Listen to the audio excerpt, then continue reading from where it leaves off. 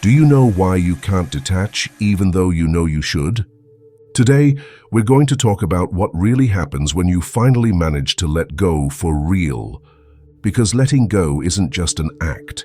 It's a turning point that can change everything about how you see yourself and the world.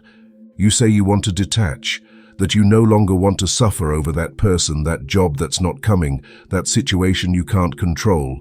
You read books about detachment, watch videos, try to meditate, repeat affirmations about letting go. But there you are again, at 3 in the morning, thinking about the same thing that's been consuming you for months. You tell yourself you've moved on, that it doesn't matter anymore, that you're better off without whatever you're trying to let go of. But then, why does your stomach still drop when you see their name? Why do you still check if they've seen your stories? Why do you still feel that hollow ache when you remember what you had or what you thought you could have? The real reason you can't detach isn't because you love too much. It's not because you're too sensitive or because you need to heal your inner child. It's because your brain has become addicted to thinking about this situation. Every time you think about that person, your brain gets a little rush of pleasure, the same kind of rush you get from any habit that's hard to break. Your attachment has literally become a mental habit, and you're going through withdrawal every time you try to let go. What makes this even more insidious is that your brain doesn't distinguish between real connection and imagined connection.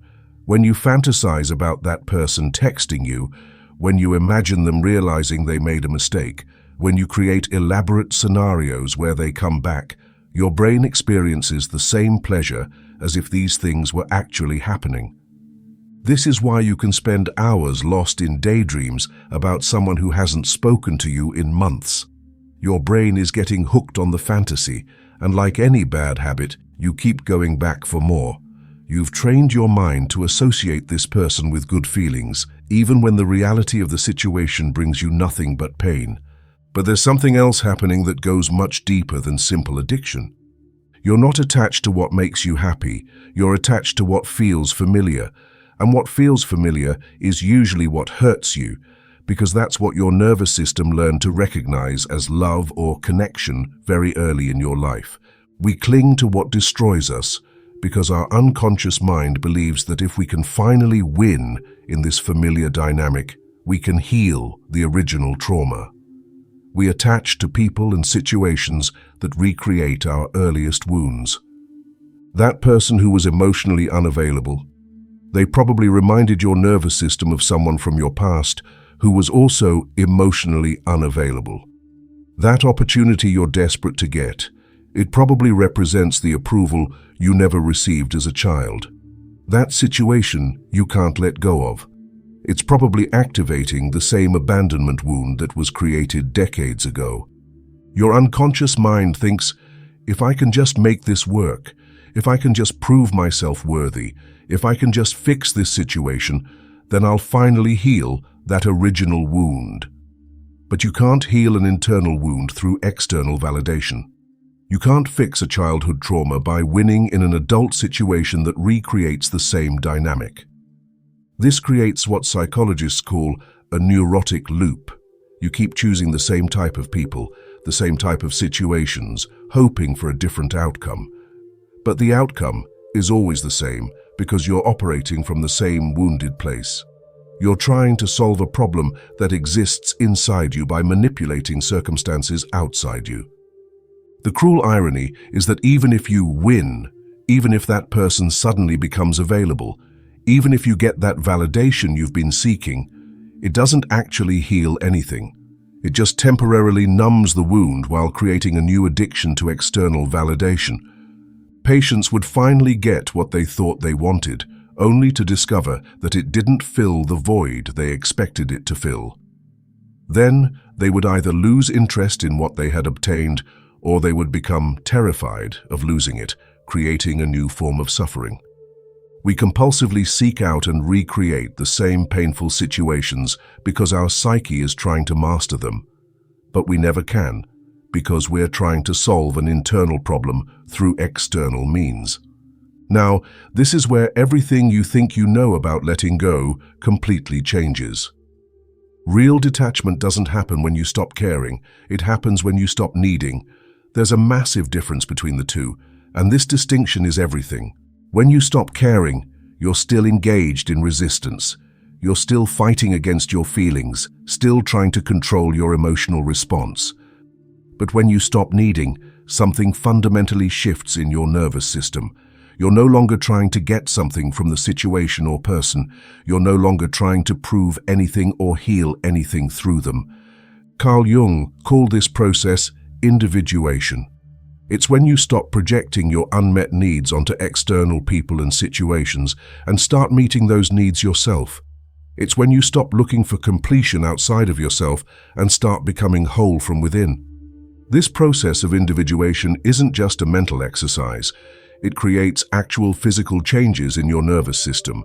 When you stop operating from a place of need, your body literally relaxes, your stress levels drop, your heart rate improves, your immune system strengthens. This is because chronic attachment creates chronic stress.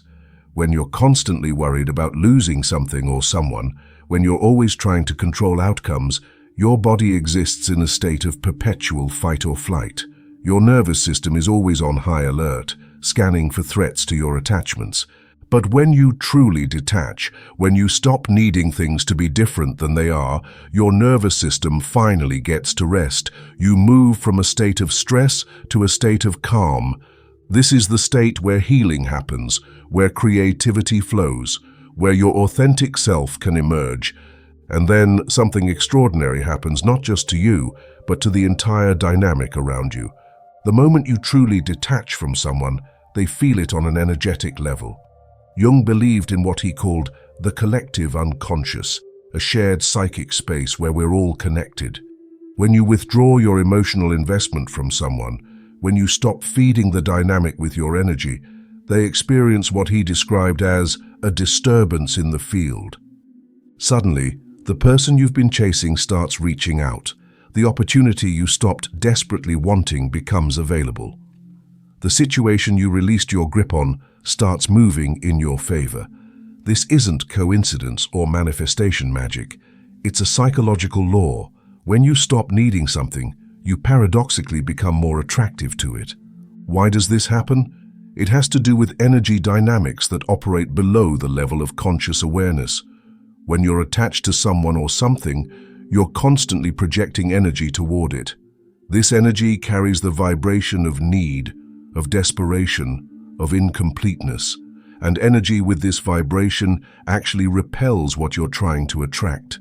Think about it from the other person's perspective.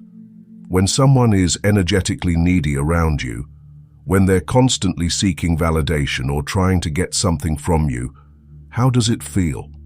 It feels heavy, draining, overwhelming. Your natural instinct is to pull away from that energy. But when someone is genuinely complete within themselves, when they're not trying to get anything from you, their energy feels completely different. It feels light, free, inspiring. You're naturally drawn to people who don't need anything from you because being around them doesn't deplete you. It actually energizes you. When you become whole within yourself, you naturally attract people and opportunities because your energy is no longer repulsive. It's attractive. True detachment goes through 3 distinct phases, and most people give up during the first phase because it's so uncomfortable. The first phase feels like death. When you truly start to detach, you don't feel relief. You feel worse. You feel empty, purposeless, like you've lost your identity. This is because you've been using your attachment as a source of meaning, drama, and identity for so long that without it, you don't know who you are. This phase is actually necessary for transformation. The false self that was built around external attachments has to die for your authentic self to be born. During this phase, you might experience what feels like depression, but this is existential depression, a natural response to the dissolution of illusions about where happiness and meaning come from. Your ego panics during this phase. It tries to pull you back into the familiar pain because the unknown emptiness feels more terrifying than the known suffering. This is why most people cycle back into their attachments. They mistake this temporary emptiness for depression or giving up, when it's actually the beginning of transformation. The people who make it through this phase are those who learn to see it as a chrysalis stage. Just like a caterpillar must completely dissolve before becoming a butterfly, your attached self must dissolve before your free self can emerge. The second phase is the void. This is where you learn to sit with nothingness without trying to fill it.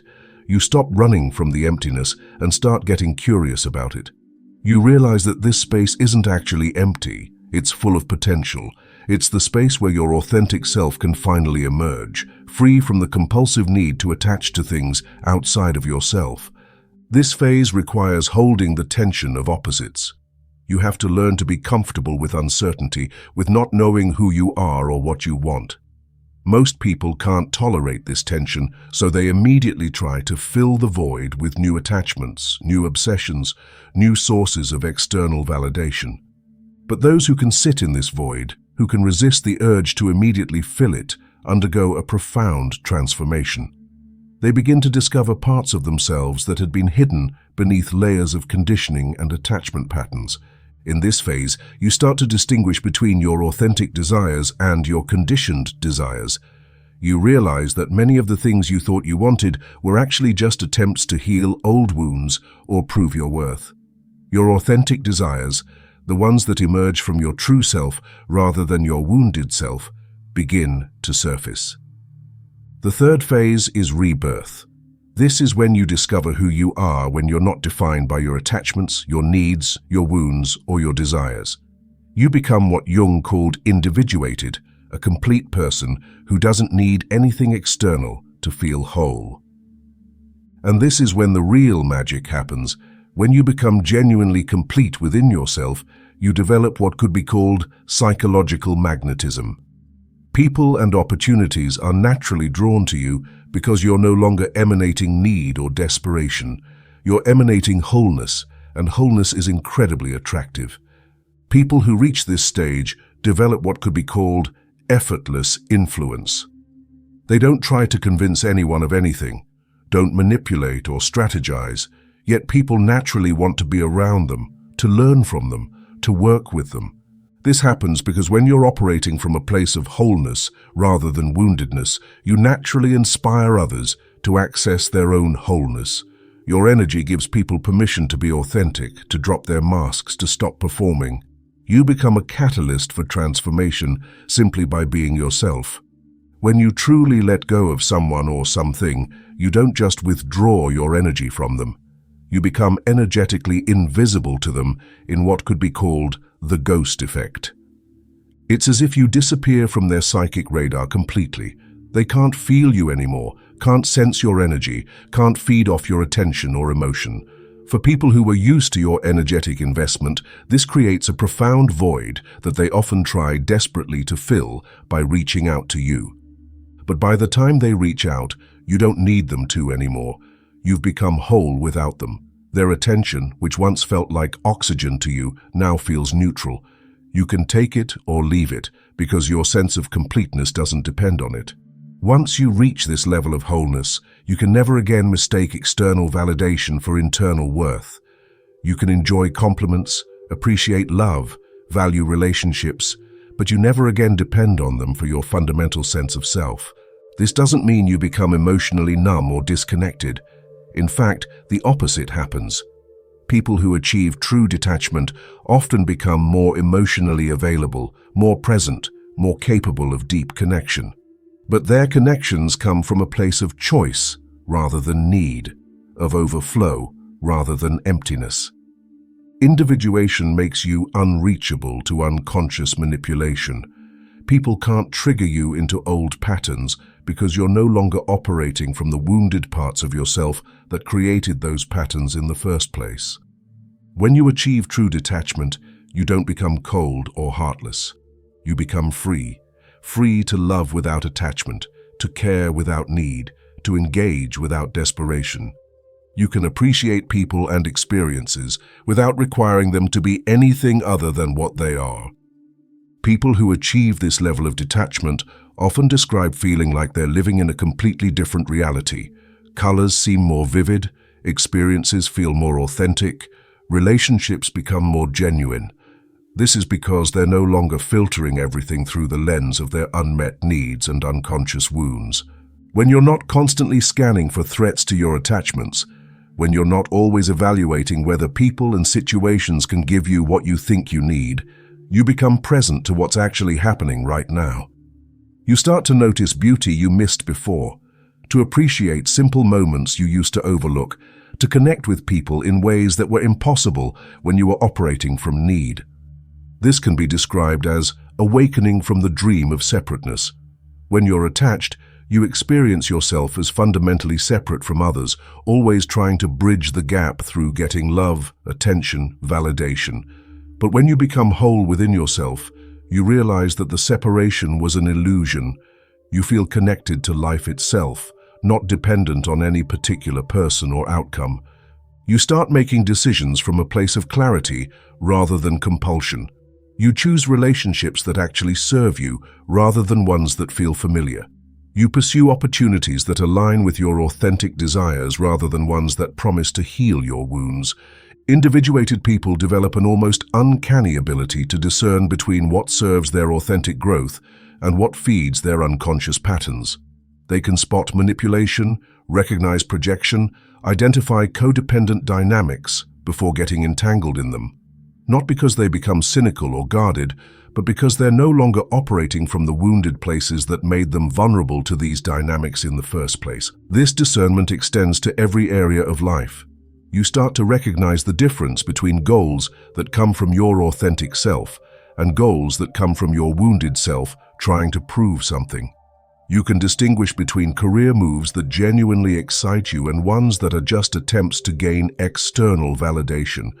You know the difference between relationships that inspire your growth and ones that just feel comfortable because they're familiar. Perhaps the most profound change in people who achieve true detachment is this: they stop trying to control outcomes. They engage fully with life, but they hold their goals and desires lightly. They understand that their happiness and sense of worth doesn't depend on any particular outcome. This doesn't mean they become passive or stop caring about anything. It means they pour their energy into the process rather than obsessing over results. They focus on who they're becoming rather than what they're getting. When you reach this state, life starts to flow differently around you. Synchronicities increase, opportunities appear, relationships improve, not because you're trying to make these things happen, but because you're no longer energetically blocking them with your desperation and attachment. When you're operating from attachment, you're constantly sending out energetic signals of lack, need, desperation. These signals actually repel the very things you're trying to attract. But when you become whole within yourself, you start emanating signals of completeness, abundance, inner peace. And these signals naturally attract positive experiences and people. It's not that the universe is responding to your vibration in some mystical sense. It's that people and opportunities are naturally drawn to those who don't need anything from them. When you're not trying to get something from every interaction, people feel safe around you. When you're not desperately pursuing every opportunity, you make better decisions about which ones to engage with. Detached people develop what could be called temporal perspective. They stop living in the anxious future of what-if scenarios or the regretful past of if-only thoughts. They become present to the current moment, which is where all real power and choice exists. People often ask how long this process takes. Jung believed it was different for everyone, but he observed that the people who achieved lasting detachment were those who stopped trying to detach and started focusing on becoming whole. They stopped asking, "How do I let go of this person?" and started asking, "Who am I when I'm not defined by my attachments?" The irony that Jung pointed out is that the moment you truly stop needing to detach, you naturally detach. The moment you stop forcing the process, it happens organically. This is because true detachment isn't something you do. It's something you become. You become someone who is complete within themselves, someone who can love without possessing, care without controlling, engage without attaching. You become, in Jung's words, individuated, a whole person who doesn't need anything outside of themselves to feel complete. And when you become this person, the world responds to you differently. People treat you with more respect because you're not emanating need. Opportunities flow more easily because you're not blocking them with desperation. Relationships become more authentic because you're not trying to use them to heal your wounds. This is what Jung revealed about true detachment. It's not about becoming cold or uncaring. It's about becoming so complete within yourself that you can engage with life from a place of wholeness rather than woundedness. It's about becoming someone who adds value to every situation rather than someone who's trying to extract value from every situation. If something in you has started to shift while listening to this, if you've recognized yourself in these patterns, I'd love to hear about it in the comments. Share what attachment you're ready to transform, because when we name our patterns, they begin to lose their power over us. If this content resonated with you, if it helped you understand something important about yourself, it would mean a lot if you subscribed and hit the notification bell. Also, if you know someone who's struggling with attachment, someone who's stuck in a cycle of needing things to be different than they are, share this video with them. Sometimes we need a different perspective to understand what's really happening inside us. Thank you for being here, for being open to this necessary truth about detachment. I'll see you in the next video.